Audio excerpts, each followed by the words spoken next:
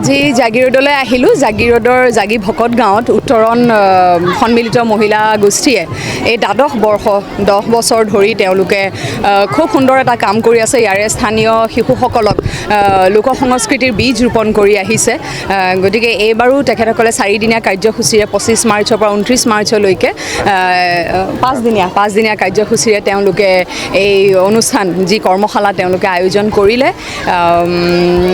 বিহু যদিও বা কাৰো মনত লাগি থকা নাই অসমীয়াৰ উৰুঙা উৰুঙা মন প্ৰাণৰ শিল্পী অবিহনে, তথাপিও আজি জাতিৰ অস্তিত্বৰ যি আমাৰ সকলোৰে মনত যি এক চিন্তা, সেই চিন্তাক লৈ পেলাই মই ভাবোঁ জুবিন দায়েও গোটেই জীৱনজোৰা নিজৰ কৰ্মজীৱনত সদায় এটাই চেষ্টা কৰি আহিছিলে, কেনেকৈ অসমীয়া সংস্কৃতি অসমীয়া জাতিক কেনেকৈ সদায় উত্তৰণৰ দিশে কেনেকৈ আগুৱাই লৈ যাব পাৰে।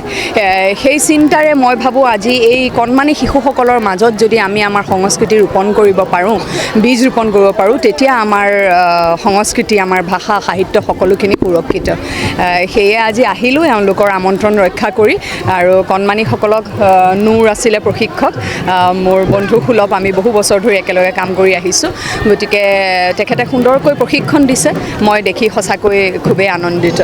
আচলতে মই বা আমাৰ শিল্পীসকলৰ যি স্থিতি সেইখিনি সময়তে আমি আচলতে মানে স্পষ্টভাৱে আমি উপস্থাপন কৰিছিলোঁ। আমাৰ ফালৰ পৰা শিল্পী সমাজৰ ফালৰ পৰাও তেতিয়াই কেছ দিয়া হৈছিলে।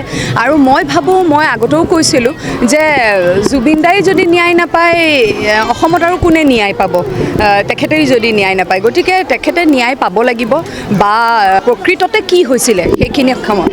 আজি গৰিমা বৈও হয়তো সেই প্ৰশ্ন উত্থাপন কৰিছে যে প্ৰকৃততে সেইখিনি সময়ত ছিংগাপুৰত কি হৈছিলে, সেই কথাখিনি আমি জানিব বিচাৰোঁ।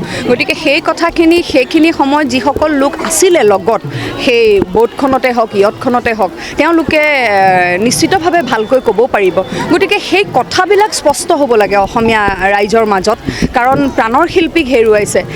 সেই আৱেগ আমি আচলতে কেতিয়াও আমি সেই কথা পাহৰিব নোৱাৰোঁ, সেই বিষ সেই বেদনা আমি কেতিয়াও পাহৰিব নোৱাৰোঁ, সেয়া কেতিয়াও আমাৰ মনৰ পৰা আঁতৰ নহয়। গতিকে এই ক্ষেত্ৰত আজি যদিও বা নিৰ্বাচনীৰ এক পৰিৱেশ গোটেই ৰাজ্যতে, মই ভাবোঁ আগন্তুক যিয়ে চৰকাৰ গঠন নকৰক কিয়, চৰকাৰ আহিব যাব কি হ'ব নাজানো, কিন্তু জুবিন দা আমাৰ চিৰবিৰাজমান আৰু সদায় থাকিব, আৰু সেই ন্যায়ৰ প্ৰক্ৰিয়া সম্পূৰ্ণ হ'ব।